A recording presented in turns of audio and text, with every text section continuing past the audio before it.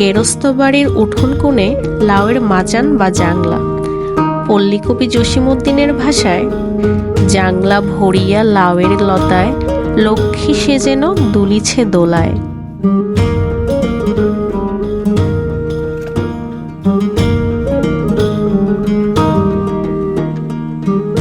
কি দারুণ লাউয়ের মাচান! এমন মাচান কি আর শহরে পাবো? সাধের লাউ এবং লাউয়ের আগা ডগা পাতার জাদুতে গ্রাম বাংলায় বৈরাগী কিন্তু কম বেশি সবাই।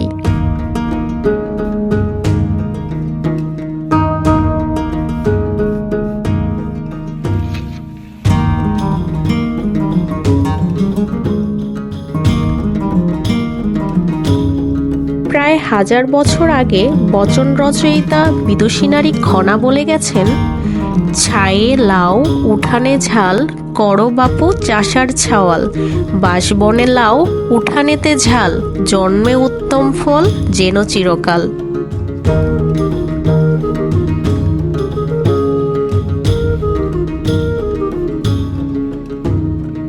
সুস্বাদু আর উপকারী বলেই লাউ গাছের এমন রাজ্যপাত ক্ষেত খামারে, উঠোনে এবং ঘরের চালে।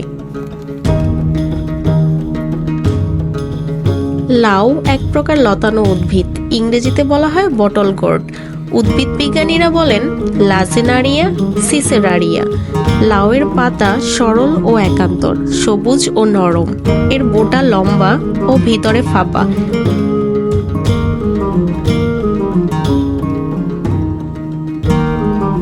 পুরুষ গাছ লাগে পরাগায়নের জন্য, ফুল থেকে ফল হয় শুধু স্ত্রী গাছেই।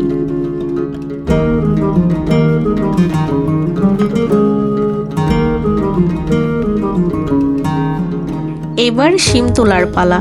এই শিম আর লাউ শাক দিয়েই হবে আজকের রান্না। পুষ্টিগুণ আর উপকারিতা শিমেরও কিন্তু কম না। উপকারী ও সুস্বাদু সবজি শিমের ইংরেজি নামটা সবার জানা থাকলেও বৈজ্ঞানিক নামটা হয়তো কারো কারো জানা নেই, ফ্যাসিওলাস ভালগারিস এল। গর্ভবতী মহিলা ও শিশুদের অপুষ্টি দূর করতে শিমের জুড়ি মেলা ভার।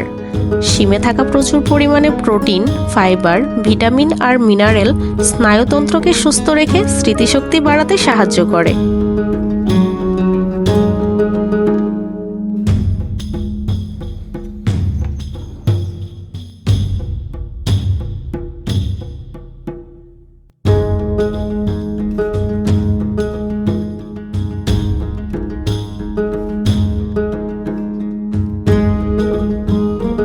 লাউ গাছে লাউ ফলাতে কিন্তু খুব বেশি যত্ন আত্তি লাগে না। চারা গাছ লাগিয়ে বাড়ির উঠোনে মাচান বা জাংলা বানিয়ে দিলে অথবা ঘরের চালে তরতর করে বেড়ে ওঠে এই গাছ।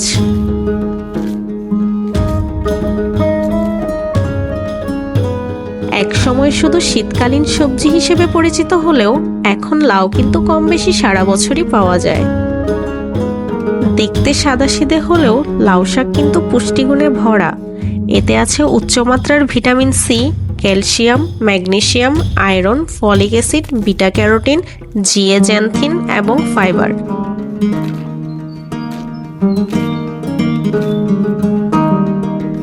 পাতার বহিরাবরণ হালকা করে ছাড়িয়ে ছিঁড়ে কয়েক টুকরা করে নেওয়া হচ্ছে পাতা।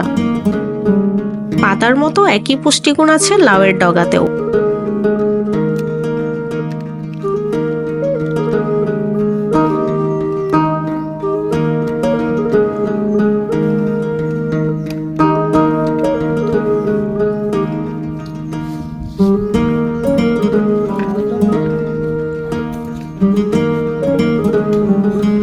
শীতের খুব জনপ্রিয় সবজি এই শিম। যেমনি খেতে ভালো লাগে ভর্তাবাজি, তেমনি তরকারিতেও কম যায় না।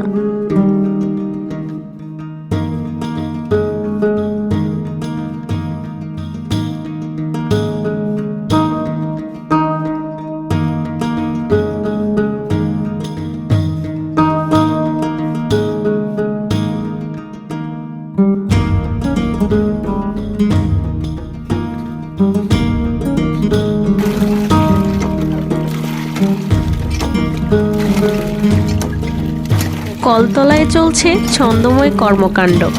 স্নিগ্ধ এই পরিবেশ কেবল গ্রাম বাংলাতেই মেলে।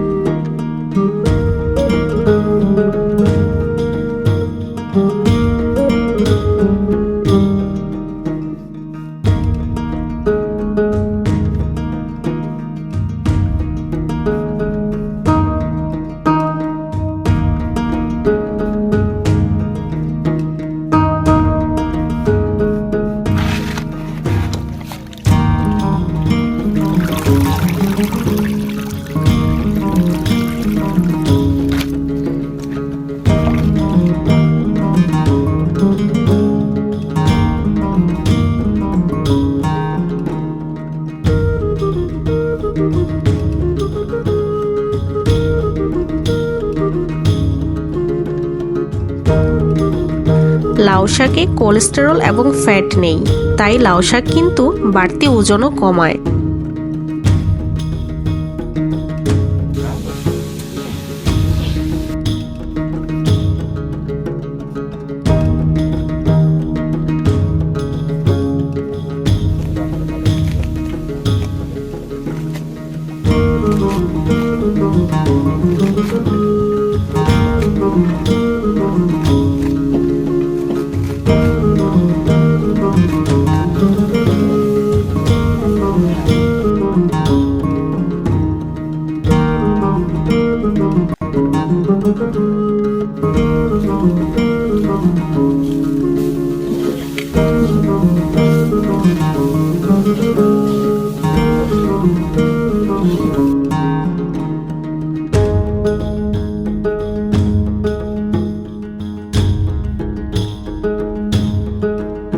গোছগাছ কিন্তু মোটামুটি শেষ, এবার রান্না শুরু করার পালা।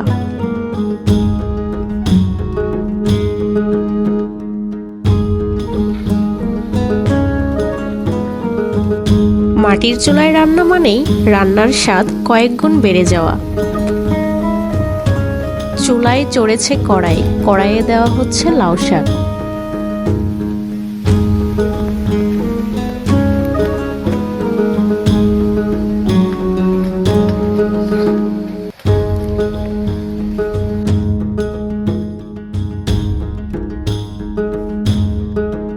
প্রথমে খানিকটা লবণ দিয়ে পানি ছাড়াই সিদ্ধ করা হচ্ছে লাউ শাক।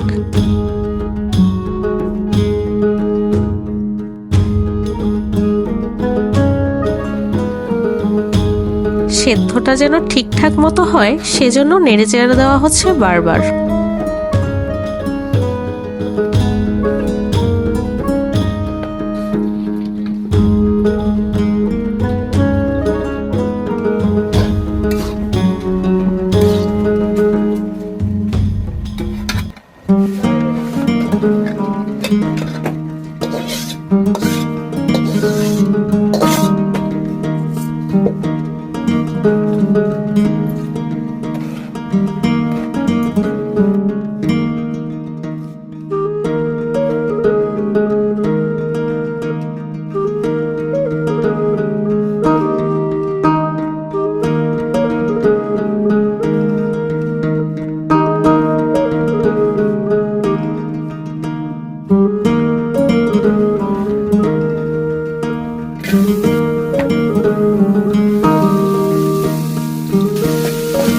কড়াইয়ে এবার ভাজা হচ্ছে কুচি করে রাখা পেঁয়াজ রসুন।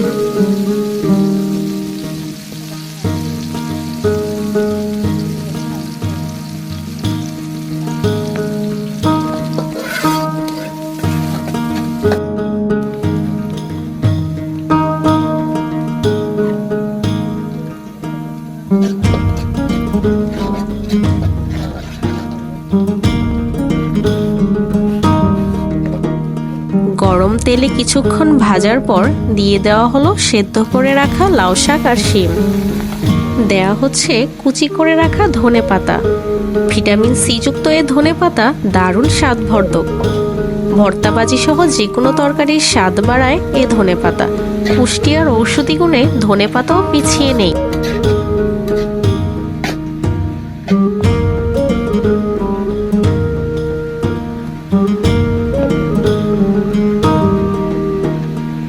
বেশ খানিকটা সময় ধরে খুন্তি দিয়ে ক্রমাগত নাড়াচাড়া করতে হবে, কড়াইয়ের তলায় যেন লাউ শাক লেগে না যায়।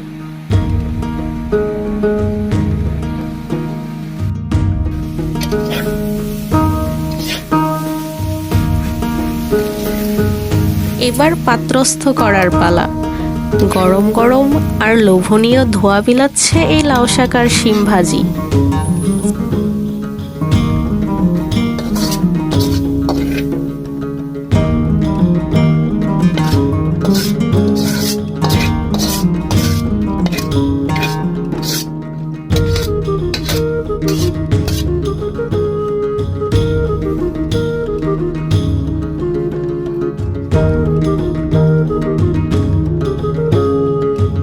এবার পরিবেশনের পালা।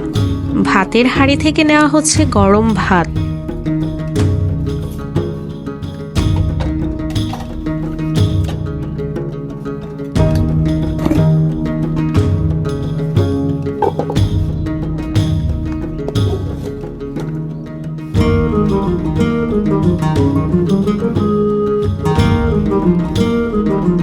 সকালবেলার মিষ্টি রোদে বসে সবাই মিলে এমন খাওয়ার দৃশ্য কেবল গ্রামেই চোখে পড়ে। এই খাওয়ার যেন এক ভিন্ন স্বাদ।